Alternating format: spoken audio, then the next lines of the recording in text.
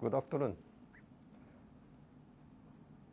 I want to invite you to the last session of today, and our speaker is Dr. Vaikundan Rajaratnam. I know him for more than 10 years. He is a senior consultant in Hand and Reconstructive Microsurgery Service, Department of Orthopedic Surgery at Khoo Teck Puat Hospital in Singapore. Dr. Y is an ex-Malaysian.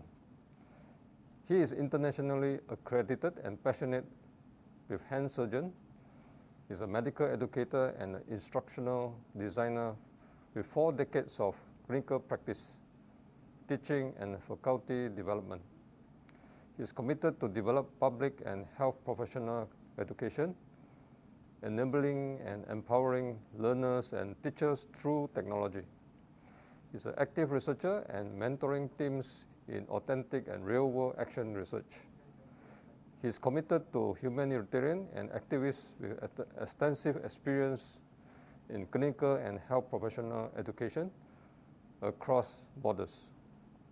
He's an advocate for democratizing learners with a blended approach, enhanced with open access platform and educational technology. With that introduction, I want to invite Dr. Y to speak on the topic called the role of spirituality in healthy aging. Dr. Y, please.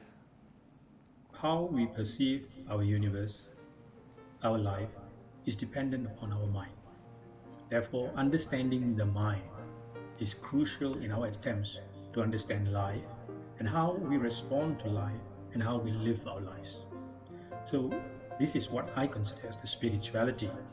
Our perception of our universe and how we perceive life as it is the secret to me to healthy aging. My name is Vaikundan Rajaratnam.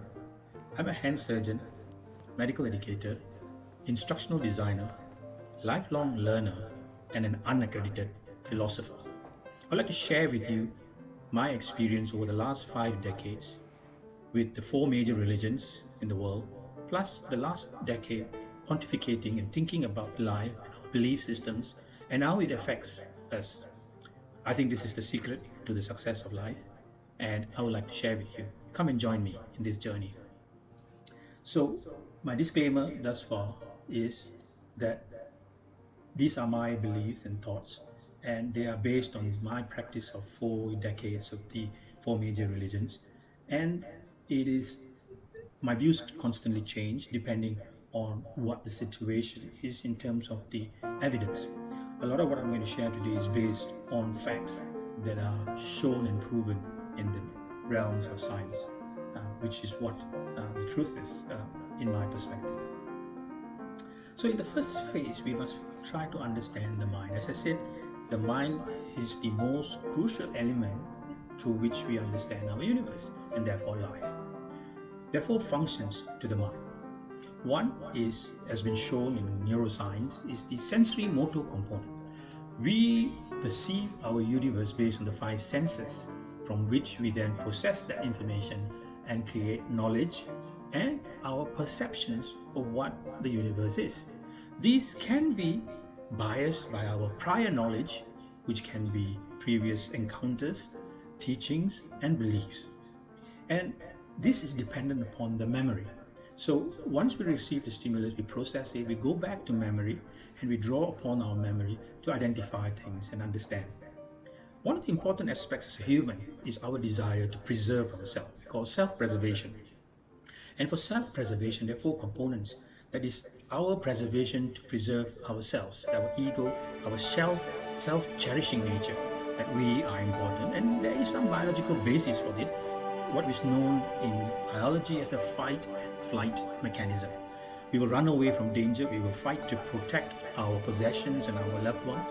And the concept of preserving our life through the search of the necessities of life, which is the food. So another component is food, protection from ourselves in terms of shelter, and the reproduction. We are driven by the fact that we need to reproduce to maintain the survival of the species. So we have the motor sensory component of the mind, the memory of the mind, the self, which is the ego and our preservation of ourselves.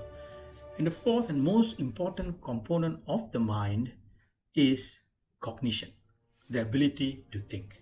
So there are 8 core features of cognition or metacognition. It is the knowing, the feeling, and the willingness, the drive, the motivation to keep going. It has got a conscious and a subconscious or unconscious component. So there's a conscious, unconscious, and subconscious. These are the things that drive us to our lives and what we do and how we react to society.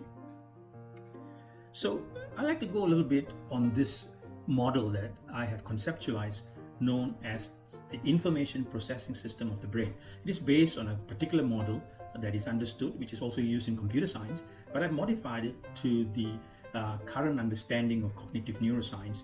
And you will see that we obtain information from the 5 senses through our sensory motor systems of our brain, and from which we then identify data, and which we go back to memory, and from which we will then take certain aspects from our prior knowledge, and then we respond to that stimuli. Now, this stimulus can be from an external source or can be internal through a process of thoughts. When we think about a particular thought based on a past experience or a future that we are anticipating, it's a thought. So this stimulus has got a certain response. So what is that response? Some of the response is the motor response. The motor response is we get up and go, we run away from danger, we fight, we speak. So these are the motor response. But there is also what I call part of the motor response is called an emotional response. It's the feeling component. Now, the emotion is a bi-modular concept. There is the neural concept of emotion, that is, there's certain portions of the brain that are responsible for certain emotions that it recognizes. This neural component then exhibits itself. That means it motorizes itself. That means it brings it to action through the release of chemicals. And this is called a neuroendocrine axis. So the various chemicals that release, that gives us that feeling, that how we feel, as part of emotion. So that is the emotional component. And the other component of how we react to the stimulus is we create knowledge. And this is how we rearrange the facts based on what we see, we read, we think about it, and that is the process of metacognition, where we learn. So learning, we learned a lot of this from cognitive neuroscience, which was seen in some of the papers on learning. So when we look at what is the metacognition, what are the cognitive skills that the mind has, how do we think? Incidentally, cognition is also known as buddhi. So buddhi is a Sanskrit word for cognition. So there is, when we have attained all this information from the stimulus and from our thoughts, we can then give it attention. Sustained or sometimes inappropriate attention to a particular thought can lead to delusional states. We also can respond to these thoughts or stimulus. That response can be inhibited. That means a sudden knee-jerk reaction can be inhibited by cognition. So that's why sometimes somebody says something and we can shout out in anger, or we can think about it and say, all right, try to understand, empathize, and that's how our inhibition of response come to a higher function of the cognition. The speed at which we process information is again a cognitive function. Some people take a long time to process information, but there are certain techniques that we can use to rapidly process information so that we can appraise the situation and act appropriately. We have the ability to be flexible. Cognitive flexibility is another cognitive skill. That ability to be flexible, to be adaptive, and that is part of mastery and part of maturity. Then, can we give multiple attention? So people say that we can do multitasking. Actually, the brain cannot function efficiently with multitask. That's when errors occurs and they produce a lot of discomfort. So, but some people have the ability to simultaneously do multiple tasks, and that is a level of professionalism and mastery that allows that to happen. The next thing is we have a working memory. That is only small bits of data that we can manage at one time, and then how we then put this to memory is the process of categorization, how we categorize information into various processes that we can then remember and call back for our experiences in life. And the other ability is the ability to do pattern recognition. So sometimes this is what happens. So we profile people, we pattern recognize somebody dressed this way, behave this way, therefore he is this. And this can be right or wrong. So this is something that we had to be able to do properly in cognitive functions of the hand. So what it is that drives human. When I use man here, I mean a genderless thing of humans. So the needs are, as we talked about, the 4 needs: the food, the fight, the flight, and the desire to reproduction is what drives the biological drives. This is then compounded by certain other drives like survival, the legacy, our desire for leisure, family links, and the genetics, the ethnocentricities of individuals. This then results in the types of behavior that we exhibit.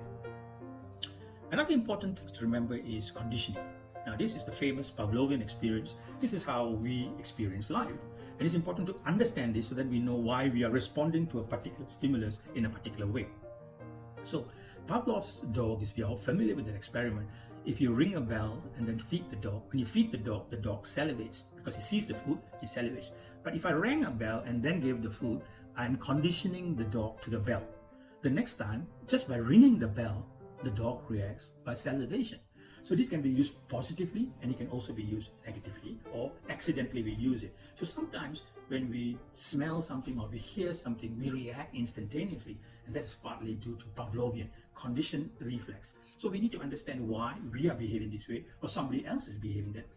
It's partly due to this condition, and this can be unconditioned and unlearned. So a lot of behavioral things that we experience in our life is due to conditioning, and this is Pavlovian conditioning.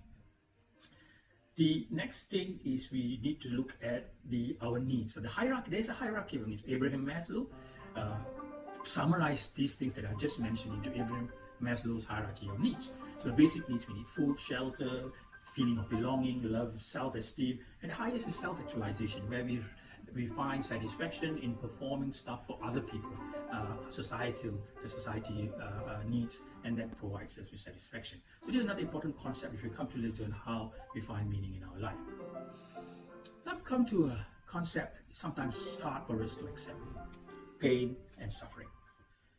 Pain is universal. Everybody in the world, all sentient beings, feel pain. When we are born, the child cries, which is important. The crying of the child represents the breath of life and the child's wellness.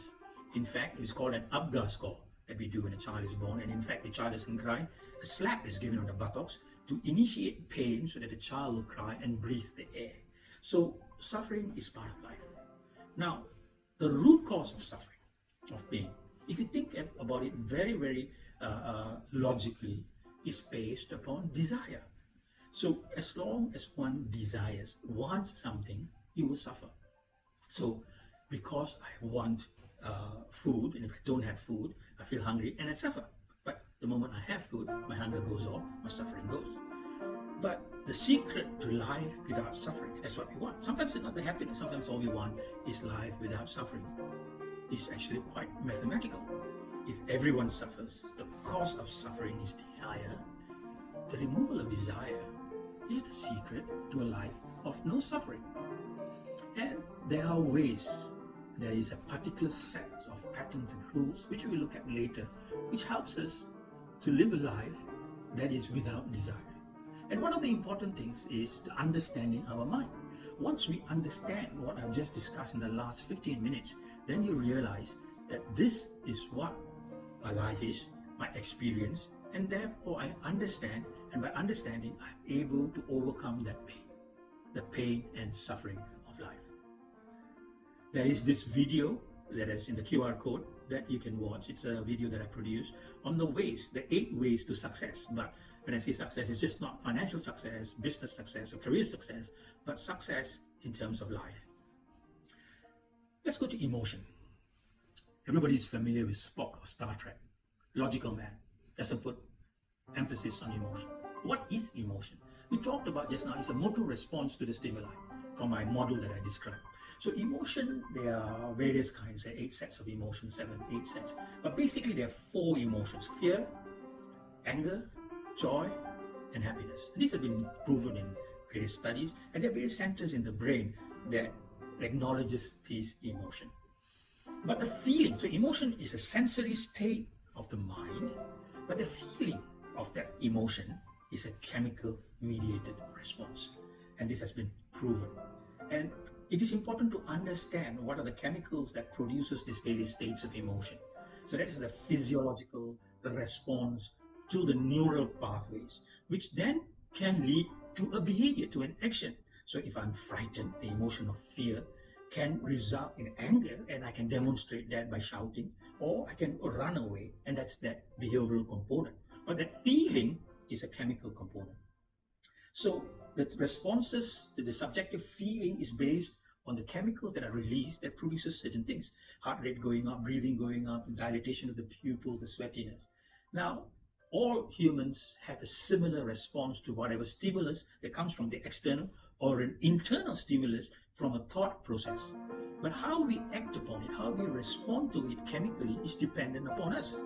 I can decide to react by undergoing certain processes in the mind.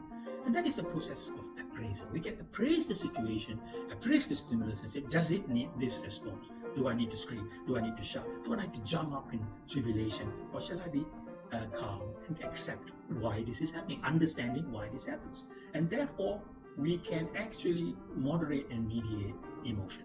So emotion, is it real? You can see that emotion is dependent upon the chemicals, that is dependent upon the thought, which can be mediated by cognition, which is the higher function of the brain. So you can create an emotive state, a feeling state, merely by a thought action. You can try this. Think of the most pleasant episode in your life. Getting your bachelor's degree with distinction, your family is there, you're on stage collecting your degrees, great feeling. And we keep thinking about that, the whole process. You can release the hormones of good feeling, endorphins, and these produce this wonderful feeling called emotion. Also, at the same, think of a very negative thought when your teacher insulted you in public and you felt humiliated. Keep thinking it, give it inappropriate attention over and over again. It secretes these negative hormones of cortisol, adrenaline. You get angry, you feel terrible, you feel miserable. And this chronic state of inappropriate attention to these negative thoughts can produce a state of chronic state of depression. So emotions are controlled by thoughts and neural stimuli and may not be a true representation of reality. And so Spock may be right. So what is all got to do with health? We're here about healthy aging. So spirituality, the understanding of the mind is very important. So it is our beliefs, what we believe in, our physiology. These are the things that produces the negative and the positive feelings that we have. And as we talked about, the chemical response to these thoughts and beliefs and feelings if released chronically, produces lifestyle diseases. Cortisol, which is hormone which is necessary for stress, that we can run away from danger, if released in excessive form, can paralyze us, can also lead to ulcers, can lead to hypertension, heart disease, and things of that sort. There are people also say that some of the cancers that are produced is a result of stress, because the body's inherent ability to heal most disease is remarkable. And you'll find this in biology, the whole process, what we call the inflammatory response to trauma and disease. The final pathway is resolution. So the body has its ability to heal itself. The only thing the body has no ability is what we call senescence or death. There is a time in which it just collapses, but in everything else it has the ability. And if we understand all this, this will lead to us to live a balanced life. And I think somebody else is talking about ikigai, which is the Japanese philosophy and concept of how we do what we love, what we are good at, what society needs, and that gives us the balance in life that makes us peaceful. So what philosophical systems you believe in? So I won't go into religion because that can be quite controversial and sensitive, even though I've practiced the 4 major religions, but I've learned from them some positive. I've also learned to be tolerant to people around us. And I think your belief system is important. So I follow 2 philosophies, Stoicism and Epicureanism. So we love the pleasures of life, and there's nothing wrong enjoying the nice nasi lemak or the cheesecake or whatever that you enjoy. It's fine. It is when we have a preoccupation with it, inappropriate attention, inappropriate desire to want it over and over again, that it becomes abnormal and pathological and produces disease. So the denial of these pleasures, the Epicurean, the senses, is not really a way. If you can live without the senses, great. But if it produces internal discord, produces conflict and produces stress, oh, I love to eat, but I am not going to eat because I want to lose weight, produces frustration and lack of health. So Stoicism is the other philosophy that I feel is very important. It is going back to the metacognition and how we think using cognitive functions. The response to a stimulus, be it internal or external stimulus, how we respond, overreacting, overjoyous, over anger, but living in a state of equilibrium. It exists. The universe is more random than we think it is. It is the randomness is part of thermodynamics. They call it entropy. And energy cannot be created nor destroyed or move one form to the other. As long as we understand this, we become stone. So understanding the mind, understanding how society works, understanding how we respond, understanding the true nature of society, we then become more calm in our approach, and we therefore live life that is more peaceful. A little bit on the thermodynamics. We are all heat-sensitive beings. We're dependent on temperature. And so the closest thing that is important for all humans, all life on Earth as we know it, is the sun. The sun is crucial. It is the sun that maintains the life. The second most important thing in this universe is the plants for us. It is the plants with their chlorophyll, the green pigment that allows the conversion of solar energy into food energy through which we live. So this understanding is important, and we are in sync with our universe. Our circle of life is dependent upon the transformation of energy from one form to the other in our own life. We call this the oxidation cycle, the Krebs cycle. So we live, we move, we speak, we breathe, we need energy. We need a battery with energy. That energy is what I call the currency of life, is adenosine triphosphate, ATP. The samsara of life, the cycle of life, is we consume this ATP until this becomes adenosine monophosphate, and then it goes into diphosphate, ADP, and then we eat food so that it can charge this ADP to ATP, and then we use it up, and our cycle of life goes round and round. Understanding that helps us to understand life generally and how we ought to behave. I like to bring the concept, which I like very much, which influenced me in many ways, brought forward by Jiddu Krishnamurti, who spoke about this philosophy. Part of Stoicism, it is known as choiceless awareness. We need to be aware of our surroundings, aware of the stimulus, our response, our belief, our thought, why we are responding. Understanding this is crucial, but we don't need to make a judgment. Just be aware. Choiceless awareness is to understand what is happening, why is this there, and I'm not making a judgment. We are judgmental. The moment we make judgment, we are incurring suffering, we're incurring pain, because that judgment can lead to a lot of actions, including actions on our part in terms of our behavior. So judgment can be positive and can be negative. In healthcare, we make judgments every day. Some of it right, many a time wrong judgment. And there's a talk I gave about decision making in surgery. And it's important that the evidence that we have got various qualities of evidence. And sometimes the evidence is not strong enough. So choiceless awareness is important. We are aware of our surroundings. Let us not make judgments. Somebody is eating food during fasting month. Who are we to judge? Maybe there is a reason. Maybe because he's had a gastrectomy that he's unable to not consume small amounts frequently. So there is a reason. So without understanding, making the judgment produces a lot of unnecessary conflict, suffering, and consumption of energy.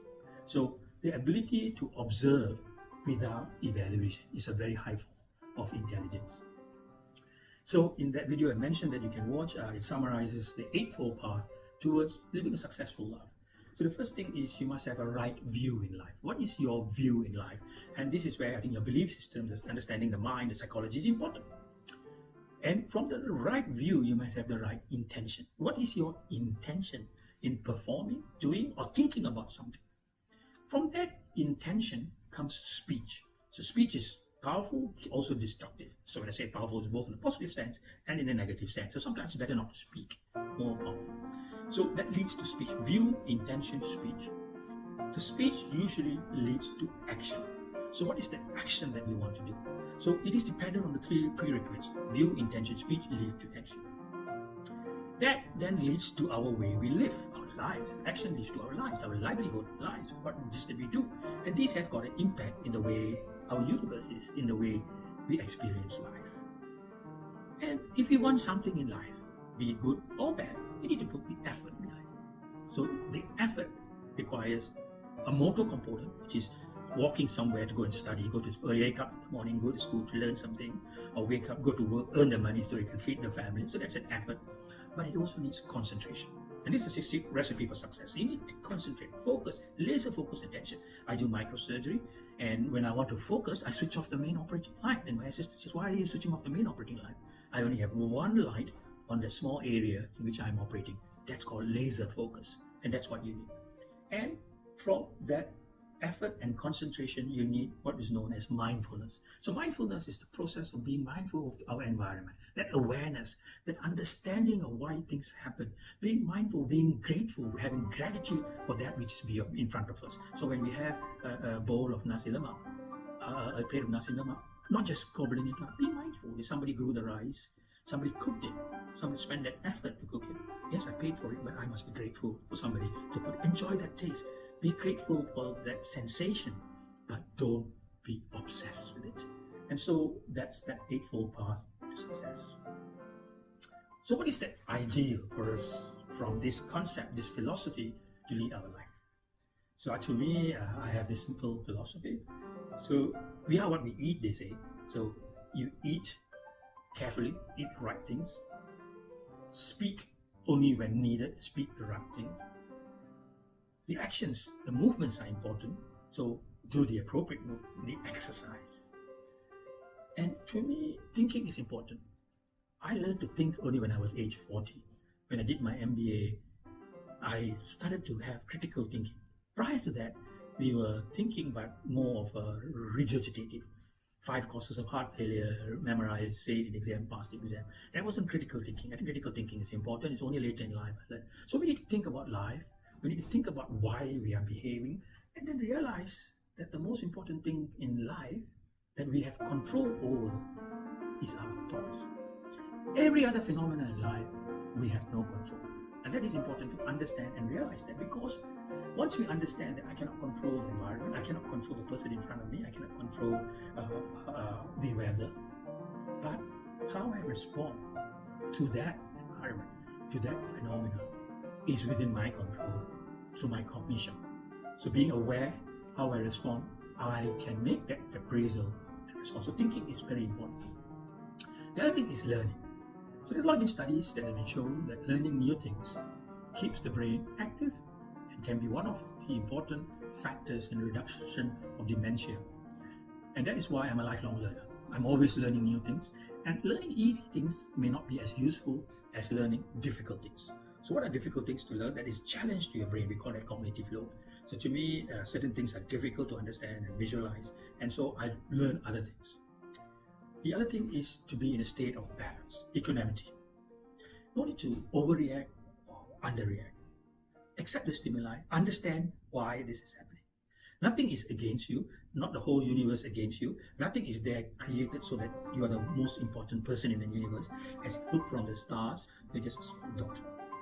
But just accept that this is a phenomena, understand my response to it, inhibit the response, be in a state of balance, life becomes beautiful.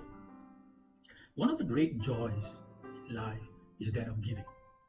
Social enterprise are growing these days. And the ability to give to the others. Remember the hierarchy of needs that we talked about on Abraham Maslow's? That provides the ability for self-esteem. Anybody can give. You don't need to be rich to give. To give the act of service to somebody, we call the Dharma, is an important, not only for society, but for yourself. I do a lot of volunteer work in the region, mainly to train surgeons in hand and microsurgery. And the reason I do it is more for my pleasure, because I enjoy doing this, and it incidentally also helps others who are in need. So the joy, the perception, the emotion of satisfaction that I get from doing such acts also benefits society. So the root motivation is still, it brings joy to me. I do it because I find it fun. It's great. It's wonderful. So they say that if you love what you do, you never work for the rest of your life. I love what I do. So understanding these concepts are therefore important for us to understand life. And this is what I mean by understanding life in itself. So if you look at, this is my take on the ABCDEF of life. Now, it's just my belief, my philosophy. Life comes from the universe. The energy from the universe is condensed into a life form. We have the process of the egg and the sperm coming together, formation of an embryo, and life is formed. Somebody once said, a man is born, he suffers, and he dies. Suffering is universal. The moment we're born, we spend through life making choices, options. So you're born, A, from the universe. B, that's the birth, life from the universe, energy, birth. C is the choice that you make through the whole process of life. And D is death. from death, energy returns to the universe. If you understand the law of thermodynamics, the electrons, the protons, the neutrons are recycled in the universe. That is life. That is undeniable. That's facts. Physics, quantum physics, thermodynamics. And they then get utilized back into the universe in another form. And in the process of living, we all like to leave a legacy. What is the legacy that we leave behind? It is the memory of others. We leave a legacy to our children. We leave a legacy to our society, the work that we have done in society. But in the whole spectrum of time, does it really mean anything? In my view, it really doesn't. Now, for that short period, from B, C, and D, birth, choice, death, we want to make that as meaningful, as peaceful. I like the word peace and bliss rather than happiness for ourselves. And to me, that secret is dependent upon our understanding of what life is, based on how our brain, our mind, the brain is the organ, the mind is the function of the brain, perceives our universe, perceives the phenomena that we are faced with on a day-to-day basis, perceives the reaction of our fellow humans, how we respond to them. It is in our hands. I'd like to thank the organizers for inviting me. I hope I have stimulated your mind to think about yourself and to do something. I hope this is not just another lecture that you've been to. I hope that you go back and think critically. Thinking, as I said, is very important, about yourself. Where are you in life? Admit the shortcomings that you face. From the admission, there must be an acceptance of the deficiencies in your life. And then the desire to change. Desire, again, remember, is the root of all suffering. Change is painful. But you're willing to go through that path to reach a state in which you then have peace. Once you recognize these areas and recognize that there is a change that is needed, then you're on the path to that peaceful state of bliss. That, my dear friends, is spirituality. Thank you and good luck. Thank you, Dr. Y. We have only about 5 minutes left. We have about 12 in the audience, live physical audience, and about 60 people on the virtual platform. Any questions from the floor or the virtual? If there's no question, maybe I ask Y. Yes. Because what you have speak about is very advanced and very highly spiritual, but maybe you give us 3 simple tips, practical tips on how we can increase our spirituality. Thank you. Well, I think the summary is, in life, you can categorize all phenomena in life into 2 things. That which you have control, that which you do not have control. That which you do not have control, don't bother about it, because there's nothing you can do about it. Barisan took Johor, that's it, can't do anything about it. But that which I have control, there's only one thing that you have control over in life. And this, I hope, at the end of this talk, if people can take that back home, the only thing I have control is my mind. So what is my mind? The mind sits in the brain, the function of the mind. So the response to stimuli are the 3 responses. So I learn whether I have a motor response, be it speech or emotion, all right? So how I respond is up to me. And that's where the metacognition function comes. So I think a lot of us don't understand this and don't understand the conditioning that has happened and learned behavior. So just know that I cannot control everything. There's only one thing I can control, and that's my mind, and learn the techniques of controlling your mind. So it can be meditation, whatever it is controlling your mind. Okay, thank you, Dr. Y. I'm a Buddhist, and I saw that you talk about the Eightfold Path. Why do you emphasize on the Eightfold Path? I think the Eightfold Path is a very pragmatic solution that Buddha had He didn't research, he just thought about it. Makes a lot of common sense. So I use it in my residency program to teach my residents how to study and how to be successful. I use it as part of for my faculty development program. So it is a very useful thing. Sometimes I cheat and I don't give reference to the Buddha, but obviously you picked it up. But he said just use lah. No need to. It's not plagiarism. Plagiarism is the best form of admiration, isn't it? Compliment. So I think it's no big secret. It's very logical, and you can use it for anything that you want. Doing higher performance in surgery, higher performance in learning, higher performance in life. And for businesses, you can do that. So your mission statement, your vision statement, use the eightfold path, and you break it down to the various processes in your company, and you'll do well. Okay, thank you. Any more questions from the floor? Everyone? We have Mr. Tilai in the floor, and Okay. and he has a YouTube channel called Arivan, and I think okay. it's a spiritual thing, right, Mr. Tilai? Okay. Okay, if there's no more questions, then I will stop here because I need to rush to the airport. Thank you, Dr. Okay. Wai, for Thank you your very much. presentation. Thank you. Thank you. Bye-bye.